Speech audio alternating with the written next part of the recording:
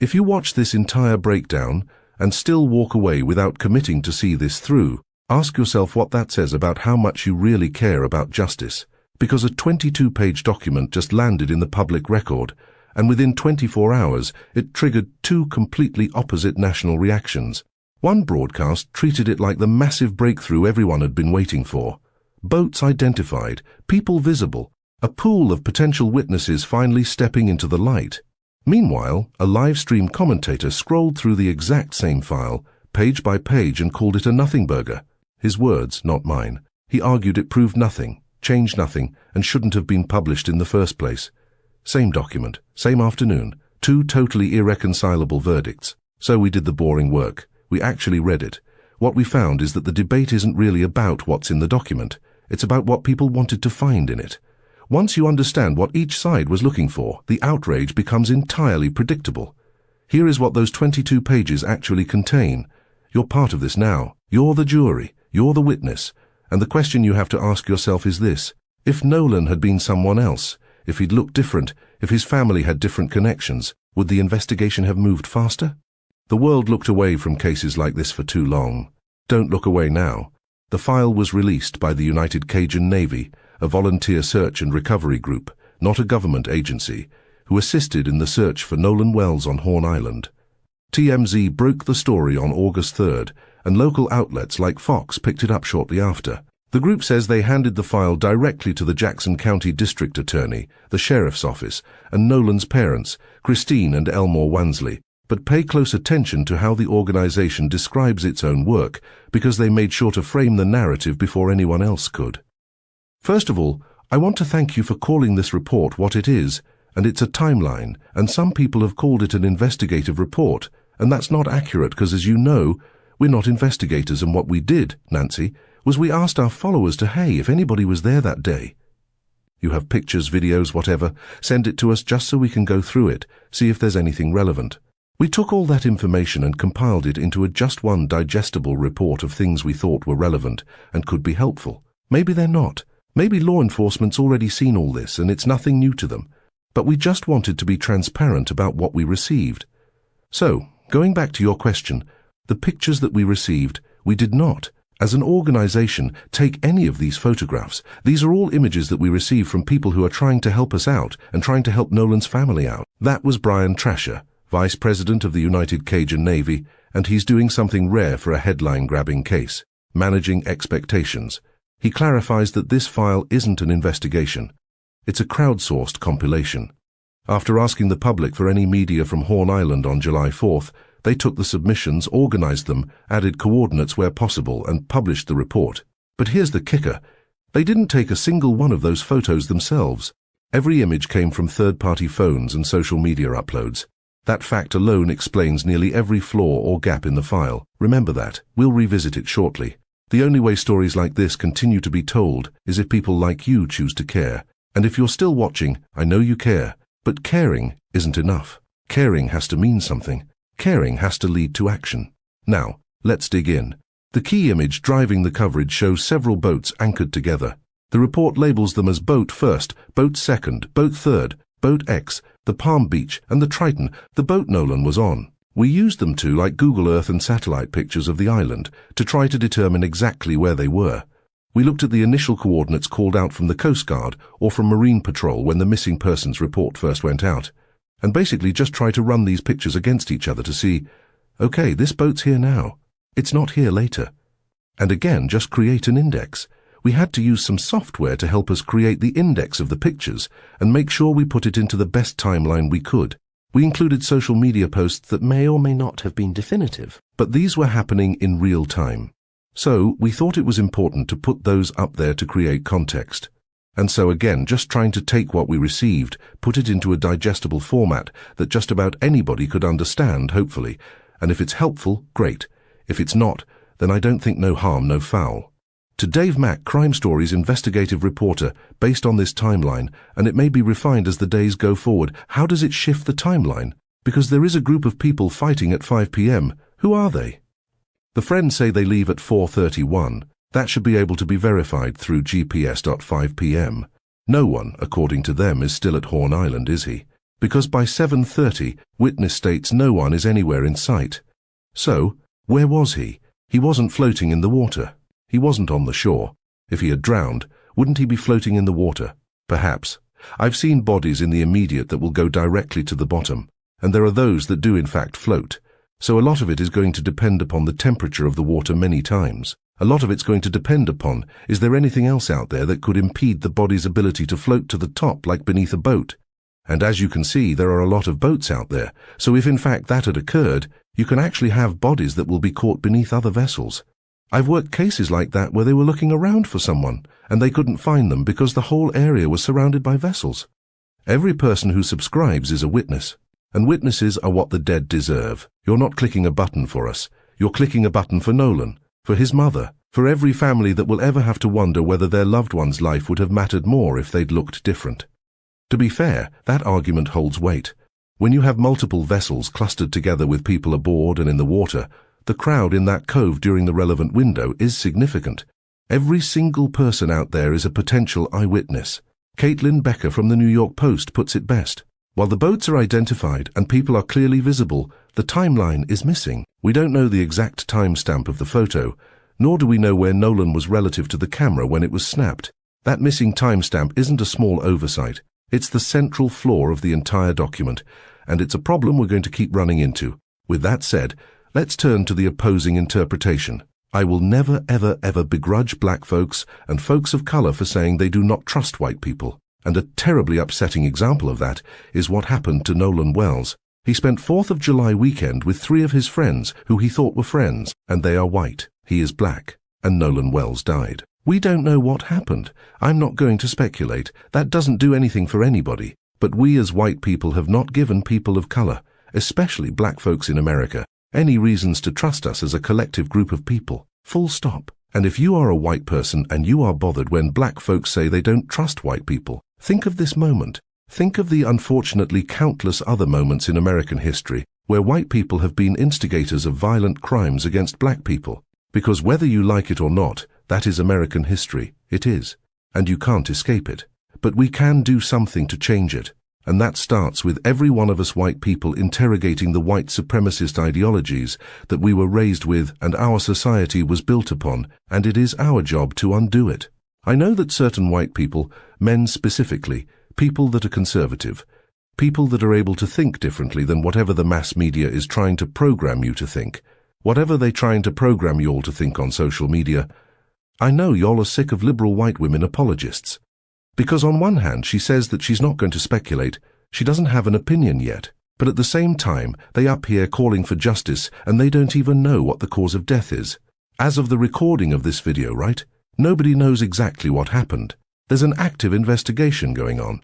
But we're so focused on racism and trying to make everything a black versus white conversation. Right? We're so focused on trying to make everything a liberal talking point. We're so focused on trying to make sure that everybody understands that you as a white woman, you're not a racist, you're not one of them. We don't understand. We have to use our privilege in order to try to feel some type of emotion or find some type of justice or interrogate everybody. And I'm telling you, bro, it's these liberal white apologists and the culture is the ones that keep making everything a race issue. If this case stayed with you, if the divide between these interpretations bothers you the way it bothers us, if you're wondering why a 22-page document can produce such opposing reactions, then you already know what you need to do next. Here is the part that is going to be uncomfortable for people who wanted this to be a clean fight. The document itself answers no single question about what happened to Nolan Wells. It does not determine how he died. It does not assign responsibility to any person. There is no photograph in it that places him at a confirmed location at a confirmed time, but the problem with calling that a nothing burger is that nobody claimed otherwise. Brian Trasher said it into a camera before the criticism even started. It is a compilation. Judging it for failing to solve the case is like opening a phone book and complaining nobody called you. Here is the part almost nobody covers. The report opens by setting its own terms.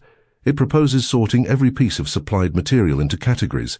What is visually documented? What is witness reported? What is only annotated by a second source? That is not a dramatic framework, and it is exactly why the file reads as flat to anyone who opened it expecting a reveal.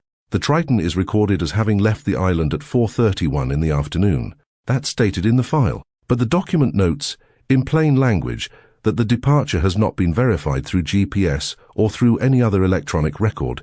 That is a statement about a limit, not a confirmation of a fact. And that limit has been collapsed in almost every retelling of this case, including by people who should know better. Every subscription is a promise that we will keep digging, that we will not let these cases go cold again. And I need you to make that promise right now. Take the video. 2 supplied screen recordings show phone interface clocks reading approximately 3:23 and 4:27. And the report goes out of its way to warn you about that. Because those are clocks visible inside captured social media content. They should be treated as timing indicators, and not automatically as verified original camera timestamps. Read that again slowly. Somebody filmed their own screen while a video played. The clock you can see is the clock on the phone doing the filming. That is not the same thing as knowing when the original was shot. And there is a detail underneath that one which nobody picked up at all. The report notes that the container metadata on 5 of the supplied video files shows creation and export dates in late July. Then it tells you plainly what that means. Those dates describe supplied digital files. They do not describe the July 4th events inside of them. What the organization received were copies of copies, reposts of reposts, which is precisely why the entire back end of this document is one long request for originals. Take the boats. The report documents that vessel positions change. The Triton and Boat Second are not where they were in an earlier frame. A later photograph gives a checkpoint after the state of departure. But the state cannot establish when or where they were, or who was aboard, or whether any of those people connect to the original. And then there is the geospatial section, which is the most technical part of the file, and the part that got the least attention, and honestly that is a shame, because it is the most disciplined work in the document. They take the search datum from official coordinates. They convert it from degrees and minutes into decimal coordinates. They compare it against separately supplied map pins and find the two sit roughly 1.5 meters apart, which they treat as the same location within normal GPS precision. A second spot from official correspondence sits about 279 meters away, and rather than build a theory on that, they write that the material does not establish what event that second point represents. That is careful work. It is also completely undramatic, which is exactly why it never made a single broadcast. These victims wait for someone to listen. The least we can do is make sure their story reaches as far as it deserves.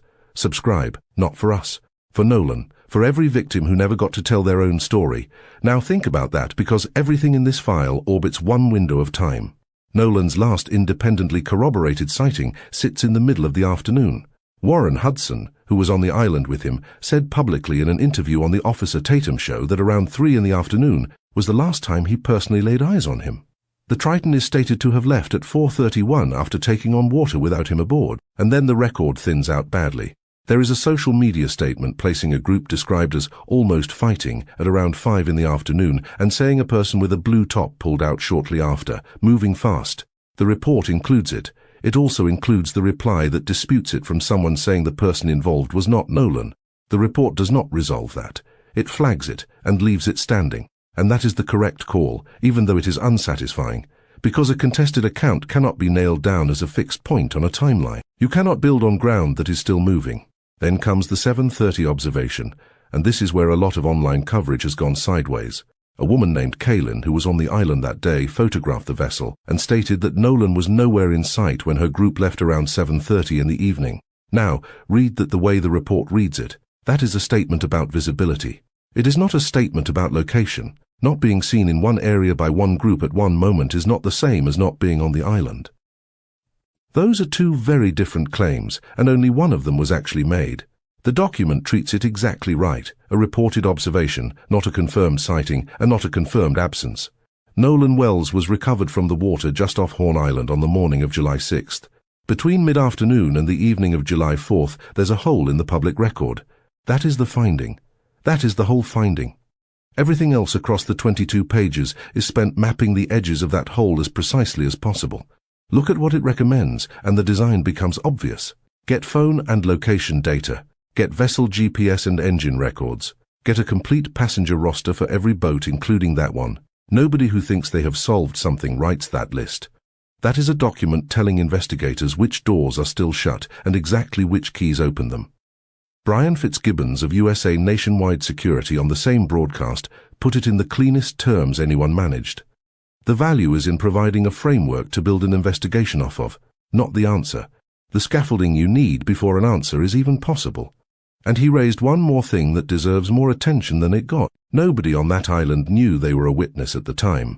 There was no gunshot, no explosion, no moment that told 200 people to look up and start remembering. It was a holiday. People were in the water with drinks in their hands. Nobody was checking a watch because there was nothing yet to check against. So when accounts conflict on timing, that is not evidence of a cover-up. That is evidence of memory working the way memory works. If every witness said the same time, same sequence, same phrasing, that would be the thing worth being suspicious about. You stayed until the end. You heard what the document actually says. You heard what it doesn't say. You heard what the gaps are and why they matter. Now do the only thing that makes sense. Subscribe, because Nolan Wells deserves to be remembered, and we can't do that without you. Here is where all of this leaves us. A volunteer organization asked the public for material. They gathered it. They published a document that gave an honest account of everything the material can and cannot prove. It is now in the hands of the district attorney, the sheriff's office, and the family. The family has retained attorney Ben Crump, whose team is running an independent review. And there is one more piece of context that makes this whole thing land differently. The information environment around this case has already produced fabricated material. On August 1st, Mississippi Department of Public Safety Commissioner Sean Tyndall publicly addressed a purported toxicology report attributed to Nolan Wells and stated it was fraudulent. Sit with that for a second. Documents are already being manufactured in this case and passed around as real. Which means a 22-page file that repeatedly, almost stubbornly, tells you what it cannot prove is worth considerably more than it first looks, not less. In an environment full of confident answers, the document that admits its own limits is the unusual one. The gap between afternoon and evening on July 4th is still open. Closing it will take original files, device data, vessel records, and a complete accounting of who was actually in that cove. Until that exists in the public record, everything else, the broadcasts, the live streams, this video, is interpretation.